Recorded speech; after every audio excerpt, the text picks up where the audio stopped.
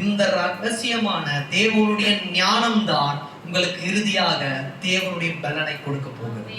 அப்ப நல்லா புரிஞ்சுக்கோங்க, சிலுவை உபதேசம் நிறைய பேருக்கு பைத்தியம் எனப்படலாம், ரட்சிக்கப்பட்டவர்களுக்கோ அது தேவ பலனாகும் அப்படின்னு நம்ம பார்த்தோம்.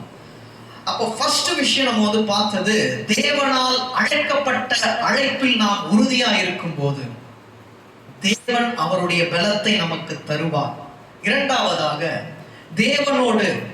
தேவனால் தெரிந்து கொள்ளப்பட்டவர்களோடு நாம் ஐக்கியப்பட்டிருப்போமானால் தேவனுடைய பலனை அவர் நமக்கு வரக்கூடிய நாட்கள்ல நேர்த்தியாய் தருவார்.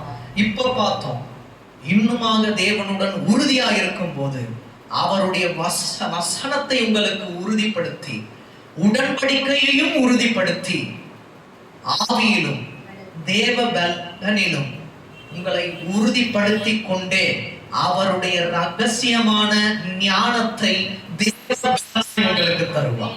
இதுதான் தேவன் இன்று உங்களுக்கு கற்றுக் கொடுக்கிற மிகப்பெரிய ஒரு பாடம்.